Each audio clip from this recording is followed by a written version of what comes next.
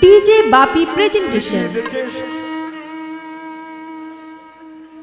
নারদের কথা সত্যি মনে পড়েছে, যেই মহিপাল দ্বিতীয় দ্বার ছেড়ে দিয়েছে, নারদ দেখলে এবার তৃতীয় দ্বারে যাব। ছুটিতে ছুটিতে নারদ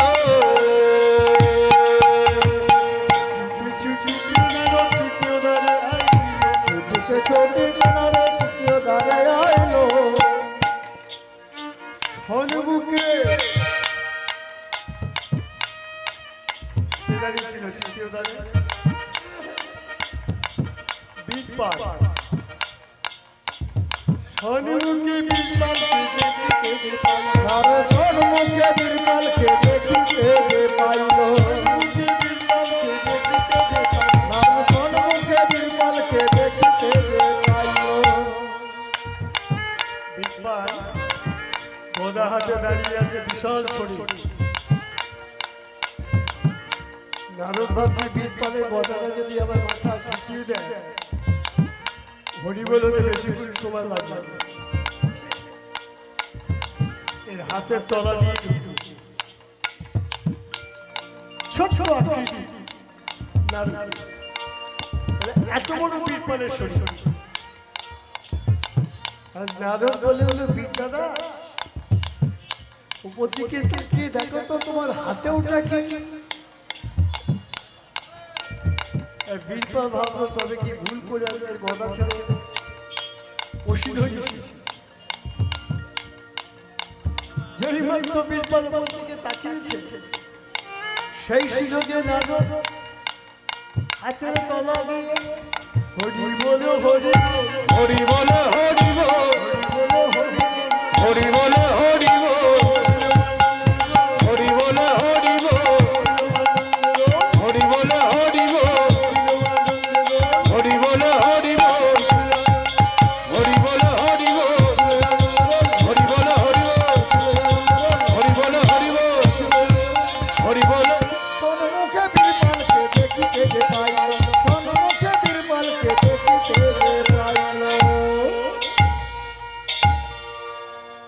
চতুর্থ দ্বারে দাঁড়িয়েছিলেন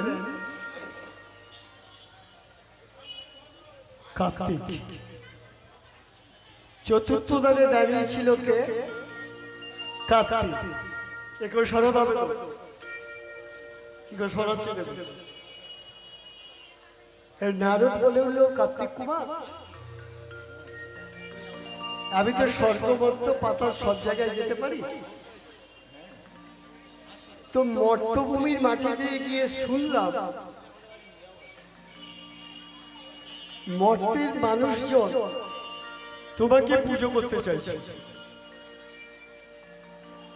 কেন কার্তিককে যদি পুজো করে তোমার আশীর্বাদে তারা সন্তান লাভ করবে। আর তুমি যদি দাঁড়িয়ে হয়ে দাঁড়িয়ে থাকো, তাহলে মর্তে কিন্তু কার্তিক পুজো কোনোদিন আর হবে না।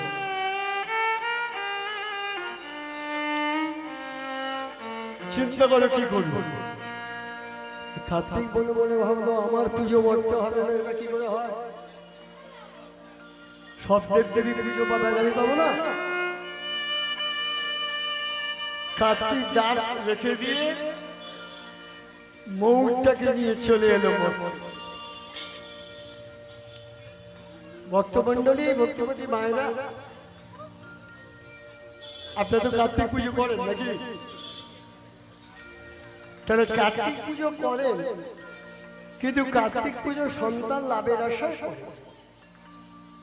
পুজো হয়ে গেল, 4 প্রহরে পুজো হলো, পরের দিন বলুন, তারপরের দিন বলুন, কার্তিককে বিসর্জন না দিয়ে সেই কার্তিকের মূর্তিটা নিয়ে আমরা বাইরে বার করে দেন কেন? কে বলেছে? নিশ্চয় ব্রাহ্মণ বলেছে। সে আমার মতন ব্রাহ্মণ, বাইরে বার করে দিয়ে শুধু নয়, গাছের তলায় গলায় বিচুলি দড়ি দিয়ে ডালে বাঁধা। যাকে পুজো করলাম সন্তান লাভের আশায়, তাকে বহিষ্কার করে দিলাম। আমি আপনাদের বলছি, কোনোদিন এই কাজটি করবেন। বিসর্জন দেওয়া হয় না, তার একটা কারণ আছে, যে কার্তিক পুজো করে যদি আমরা সন্তান লাভ করি, কার্তিককে বিসর্জন দিলে জলে, সেই সন্তান নাকি জলে ডুবে মারা যায়। এটা মেনে নেওয়া যায়, কিন্তু গলায় বিচুলি দড়ি দিয়ে বেঁধে গাছের ডালে বেঁধে দেবো, এটা করবেন না। আর যদি কেউ এই কাজটি করেন, আমি বলতে পারি সেই ছেলে বড় হলে তার বাম্মাকে খেতে দেয়া দূরের কথা, বাইরে বার করতে করবেন না। কার্তিকের মূর্তিটা, প্রতিমাটা আপনাদের তো নিজস্ব ঠাকুর ঘর আছে, ওই ঠাকুর ঘরে রেখে দেবেন। সব দেবদেবী ফুল পাচ্ছে, জল পাচ্ছে, তার কার্তিকও পা, তাতে আপনাদের সন্তানের মঙ্গল হবে। চতুর্থ দ্বার গেল, পঞ্চম দ্বার দাঁড়িয়ে হয়ে দাঁড়িয়ে আছে, কি নাম? জয় গণেশ, জয় গণেশ, জয় গণেশ দেব, মাতা দেবী পার্বতী পিতা মহাদেব। জয় গণেশ, জয় গণেশ, জয় গণেশ দেব, মাতা দেবী পার্বতী পিতা মহাদেব। জয় গণেশ, জয় গণেশ, জয় গণেশ, জয় গণেশ, জয় গণেশ দেব, মাতা দেবী পার্বতী পিতা মহাদেব। জয় গণেশ, জয় গণেশ, জয় গণেশ দেব, মাতা দেবী পার্বতী পিতা মহাদেব। জয় গণেশ, কে দাঁড়িয়ে? গণেশ, তাই তো? জয় গণেশ, জয় গণেশ, জয় গণেশ, জয় গণেশ দেব, জয় গণেশ, জয় গণেশ, জয় গণেশ দেব। জয় গণেশ, জয় গণেশ, জয় গণেশ দেব, জয় গণেশ, জয় গণেশ, জয় গণেশ দেব। গণপতি বাপ্পা, জয় জয়, গণপতি বাপ্পা, জয় জয়। গণপতি বাপ্পা। জয় গণেশ, জয় গণেশ, জয় গণেশ দেব, জয় গণেশ, জয় গণেশ, জয় গণেশ দেব। জয় গণেশ, জয় গণেশ, জয় গণেশ দেব, জয় গণেশ, জয় গণেশ, জয় গণেশ দেব।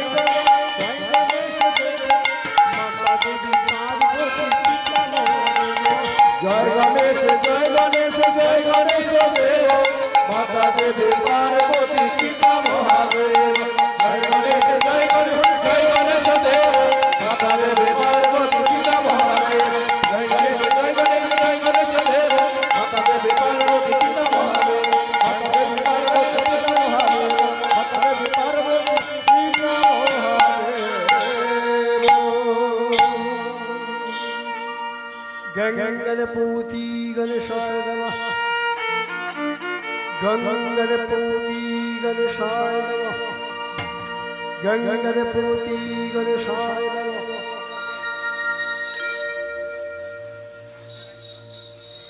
আমাদের সনাতন ধর্মে 33 কোটি দেবদেবী আছে, 33 কোটি দেবদেবীর মধ্যে সর্বশ্রেষ্ঠ দেবতা হচ্ছে গণেশ। পুজো করতে বসলে প্রথমে গণেশকে পুষ্পাঞ্জলি দিতে হবে। নমঃ শ্রী গণেশ শ্রী ভাস্কর শ্রী বিষ্ণু শ্রী মহেশ শ্রী শ্রী দেবী দুর্গা মাতা पंचो देवता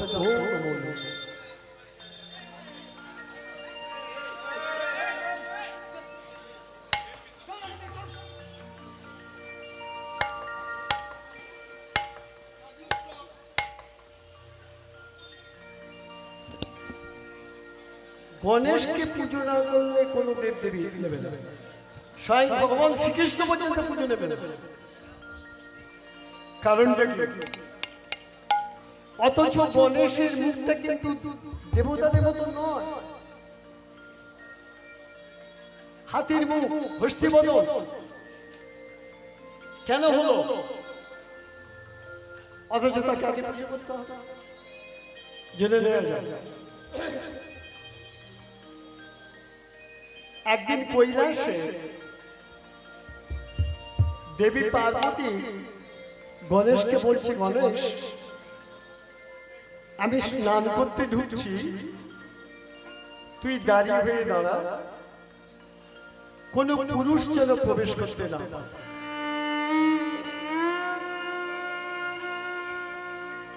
মাতৃ আকাশের ভার গণেশ দাঁড়িয়ে হয়ে দাঁড়িয়ে আছে, আর ভিতরে মা বিবর্ষণা হয়ে স্নান করছে। কৈলাসে মহেশ্বর কিন্তু এটা জানে না। হঠাৎ মহেশ্বরের কি মনে হয়েছে, পার্বতীর সঙ্গে কিছু গোপন কথা বলবেন। এটার নাম হচ্ছে হর পার্বতী সংবাদ। নন্দী ভিঙ্গিকে পাঠিয়েছে।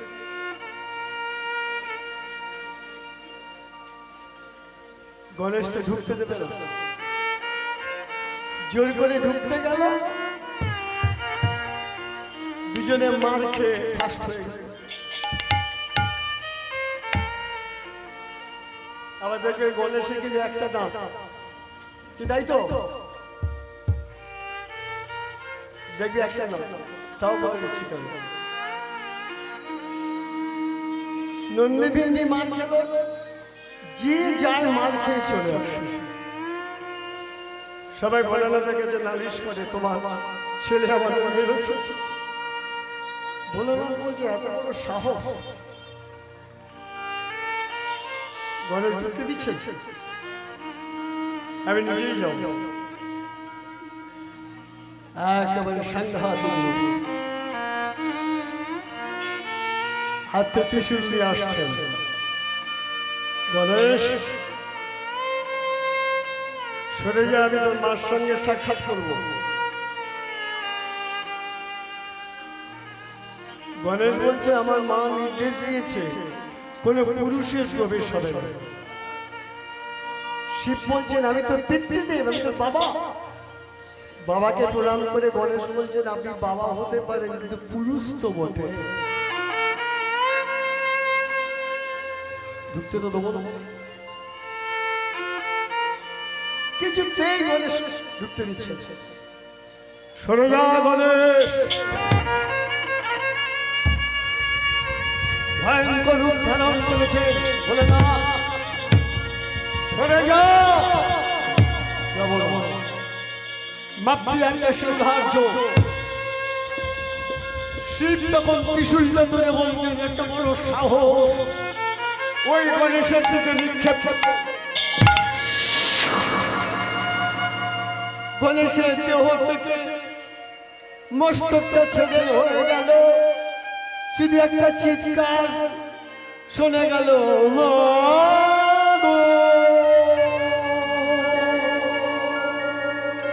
আমার আমার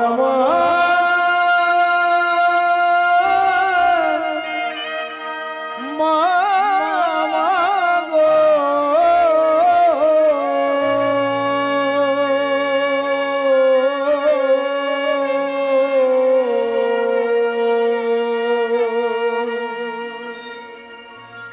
দেহটা পড়ে আছে, ত্রিশূল নিয়ে চলে গেছে। তাহলে কাটা মুন্ডুটা কোথায় গেল? কাটা মুন্ডুটা কোথায় গেল? যে মা বলে চিৎকার করলো, কাটা মুন্ডুটা গ্রহণ করলেন বৈকুণ্ঠের নারায়ণ। নারায়ণের অংশ থেকে গণেশের জন্ম। নারায়ণের মস্তকের সঙ্গে এক হয়ে গেল। শিব তো চলে গেছেন। ছেলে কণ্ঠস্বর চিৎকার শুনে মা আলু থালুকে শেষে দেখছেন গণেশ পড়ে আছে, বিধর দেহ। ওই দেহটাকে মা তুলে নিলেন, বলে উঠলেন আমি সৃষ্টি ধ্বংস করে দেব। কে আমার গণেশের মস্তক ছেদন করলো?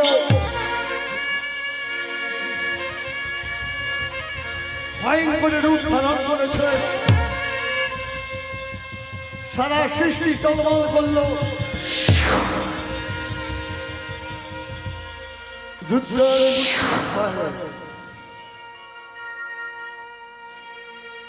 গোলকের ভগবান শ্রীকৃষ্ণ কৈলাসে শিবকে বললেন তুমি কি করলে?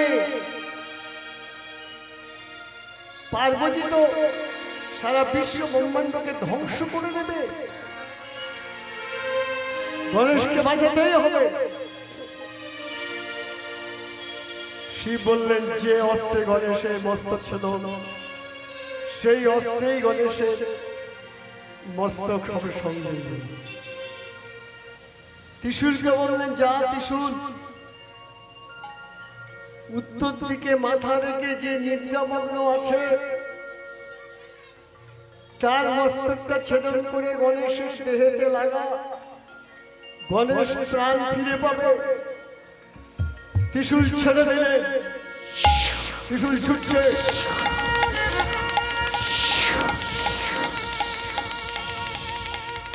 ছুটতে ছুটতে ত্রিশূল দাঁড়িয়ে গেলে কাকে দেখতে পেল? একটা হাতি উত্তর দিকে মাথা রেখে ঘুমাচ্ছিল, তার মস্তকটা ছেদন। ওই জন্য উত্তর দিকে মাথা করে ঘুমোতে নেই। আবার এই হাতিটা কে জানেন? ইন্দ্রের ঐরাবত।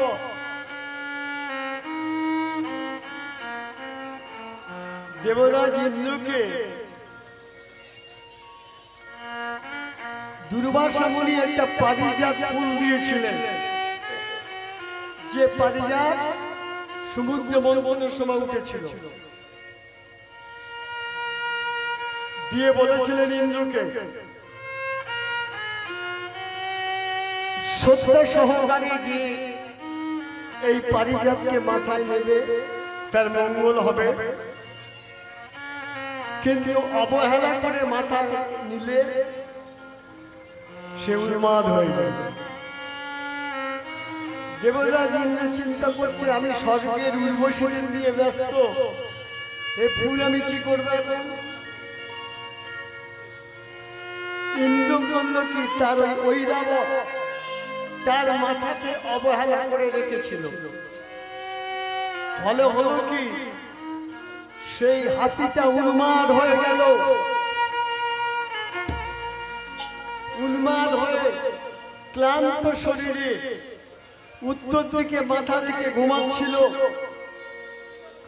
শিবের ত্রিশূল তার মস্তক ছেদন করে গণেশের দেহে ফেলা। গণেশ প্রাণ ফিরে পেল।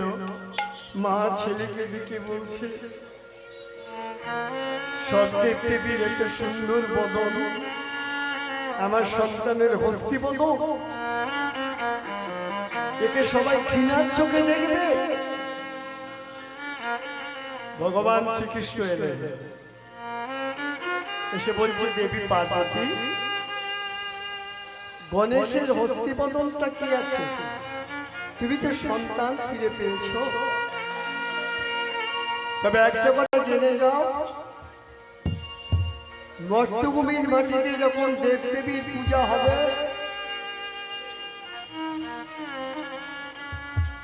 যে দেবদেবীর পূজা হোক, আগে গণেশ পুষ্পাঞ্জলি পড়ে। আর গণেশকে পুষ্পাঞ্জলি না দিলে কোনো দেবদেবীর পূজা পূর্ণ হবে না। আর এককভাবে যে গণেশকে পুজো করবে, গণেশের আশীর্বাদে সর্ব কার্যে সিদ্ধি লাভ হবে। ওর নাম দিলাম সিদ্ধিদাতা গণেশ। এই জন্য গণেশকে আগে পুজো করতে হয়, না পুজো করলে কোনো দেব দেবী নেবে না। ভগবান শ্রীকৃষ্ণের মুখ নিশ্চিত বাণী, এখানে তো একক ভাবে দাঁড়িয়ে আছে পঞ্চম দ্বারে, তাই এখানে গিয়ে দেবশ্রী নারদ গণেশকে পূজা করছে। জয় গণেশ জয় গণেশ জয় গণেশ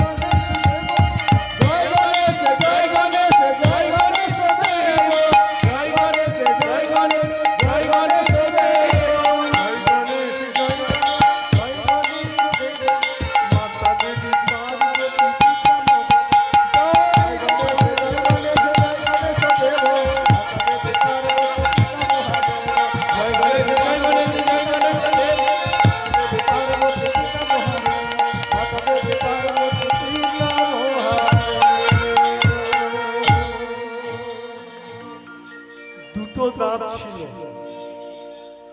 একটা দাঁত কোথায় গেল? পরশুরামের গুরুদেব ছিলেন স্বয়ং শিব। পরশুরাম শিবের সঙ্গে দেখা করতে এসেছিলেন, আর গণেশ ঢুকতে দেয়নি। তখন এই পরশুরাম করেছিলেন কি, গণেশের দিকে এক কুঠারটা ছুঁড়ে দিল। ওই যে কুঠারটা ছুঁড়ে দিয়েছিল, দিতেই গণেশের একটা দাঁত ভেঙে গেছে। তারা পঞ্চম দ্বার গেল, ষষ্ঠ দ্বার দাঁড়িয়েছিল মহাকাল।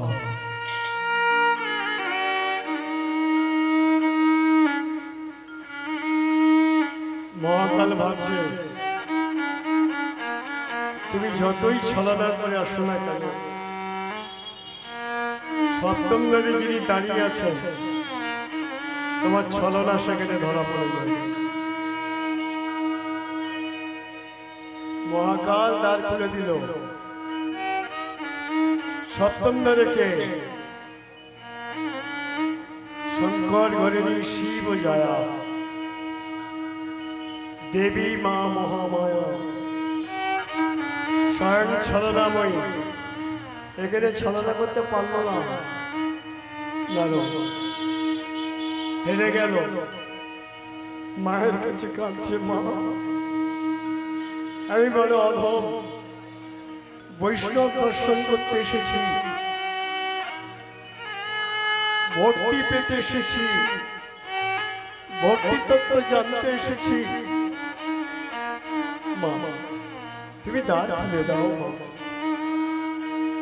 মায়ের চরণে চোখের জল দিয়ে দিচ্ছে।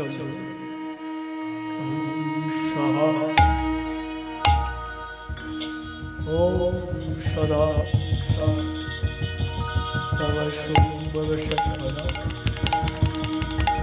নমো সর্বা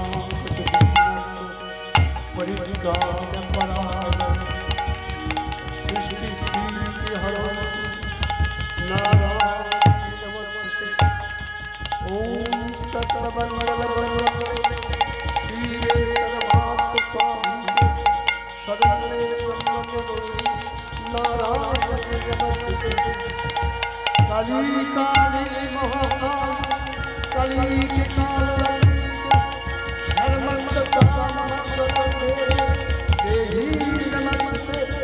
जयती बोलो धरी बोलो भाई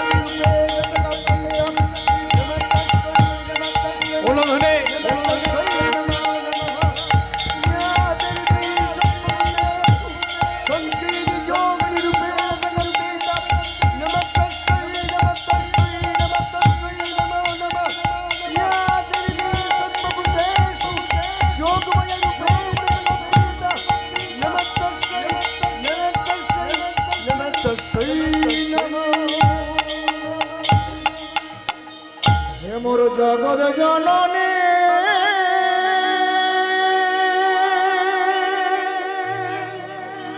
হে মোর কৃপা মহিমা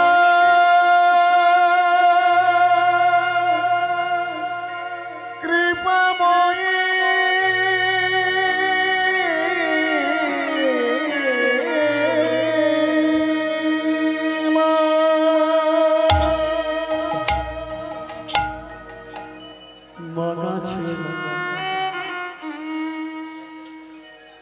মায়ের চরণ ধরে কাঁদছে চোখে চলে দেবী পার্বতীর চরণ দোকানে ভিজে গেছে মাকে বলছে মা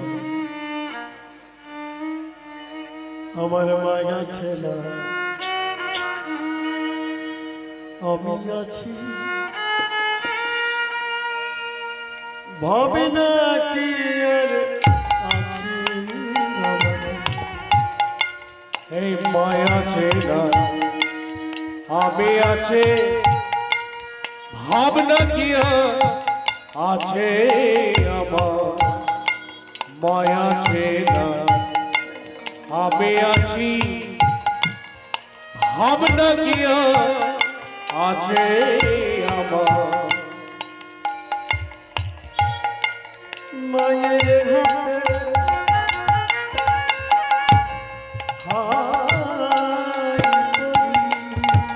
আমি মায়ের হাতে খাই করে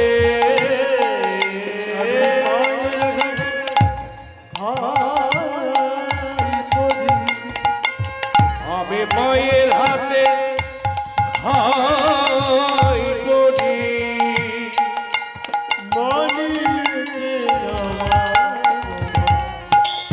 মায়া ছিল আমি আছি ভাবনা কিয়া আছে আমার এই মায়া ছিল আমি আছে ভাবনা কিয়া আছে আমার মায়া ছিল আমি আছে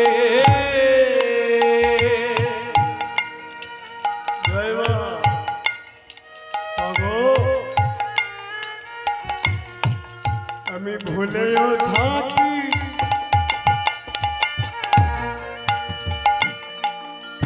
তবুও দেখি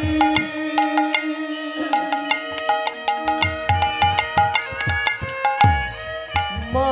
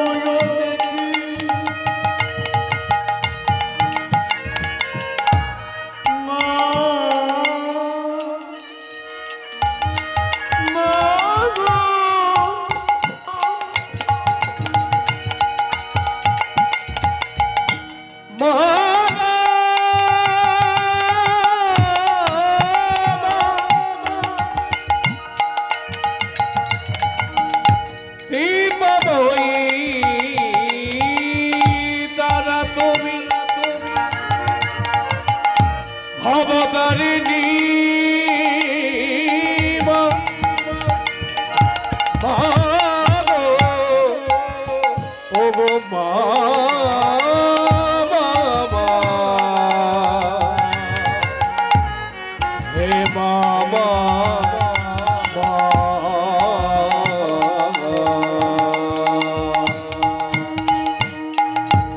ভুলেও থাকি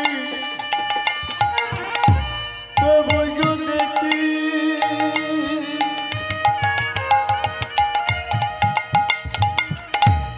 হলে না মা একটি মা। আমি ভুলেও থাকি তবুও দেখে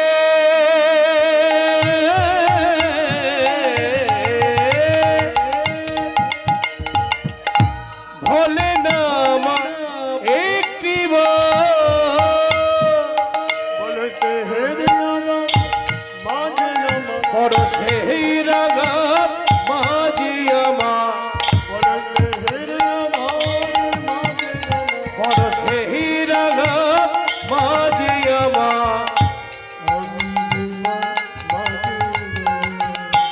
মায়া আছে না আমি আছে ভাবনা কিয়া আছে আমার মায়া আছে না আমি আছে ভাবনা কিয়া আছে আমার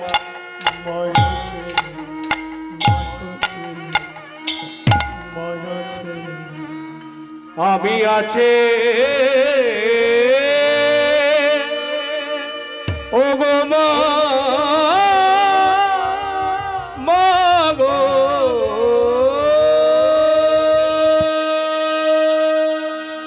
জয় জয় মা জয় মা জয় মা জয় মা জয় মা জয় মা জয় মা জয় মা জয় মা জয় মা জয় মা জয় মা জয় মা জয় মা জয়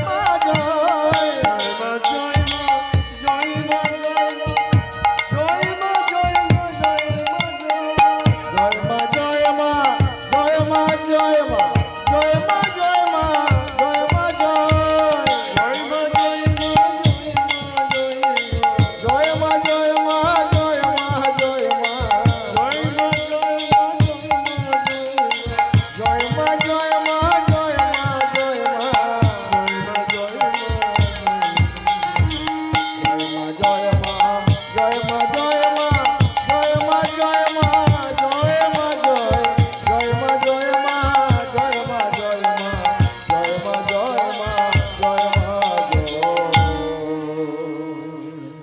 মা ভবতারিণী কি বললেন? নারদ, সন্তানের চোখের জল যদি মায়ের চরণে পড়ে,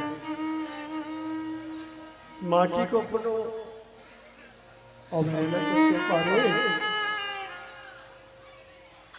আমার স্বামী কত বড় বৈষ্ণব তুমি দেখতে চাও, তাই তো সবাই বলে আমার স্বামী নাকি গাঁজা ভাঙ খায়, 6 বর্ষ মাখা। যাও তুমি নিজের চোখে দেখো, সপ্তম দ্বার খুলে দিবে। বলে না ডাকছে নারদেশ্বর, কি দেখছো? সুরপা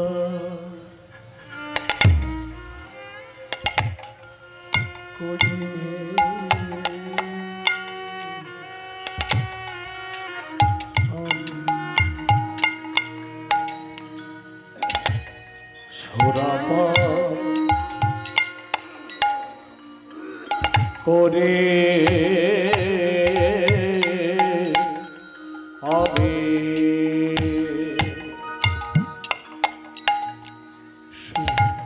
পান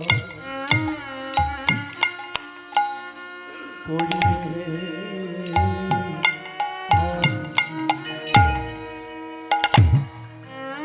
সুরাপান করে আমি সুদা মুখে হরি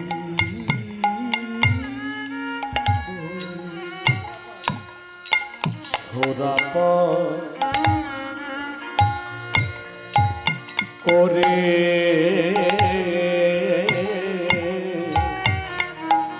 আমি সুদা খাই মুখে হরি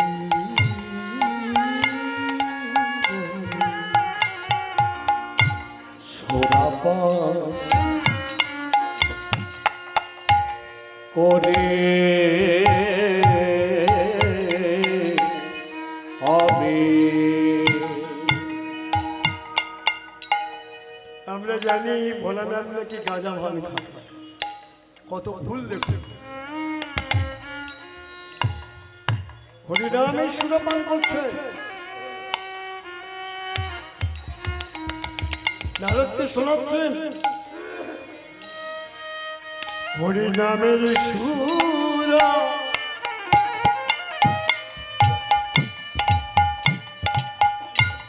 যে পান করেছে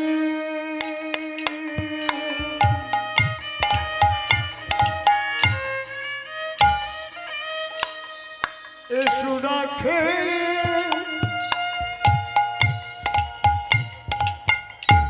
সেই মজেছে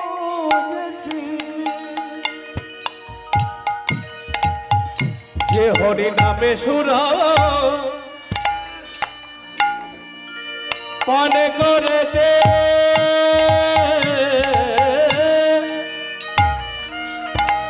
সুরা খেয়ে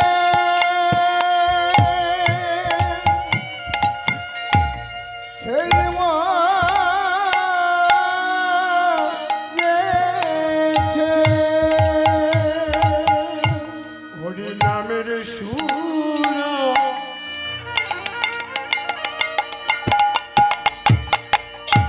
যে পান করেছে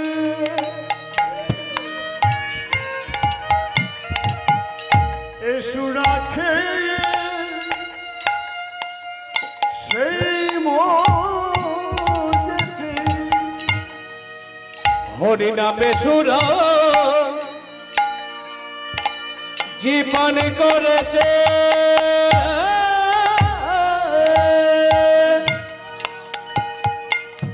সুরা খেয়ে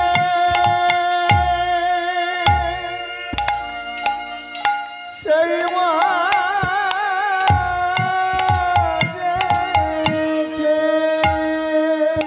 হরিনামের সুরা পান করেছে করেছে করেছে করেছে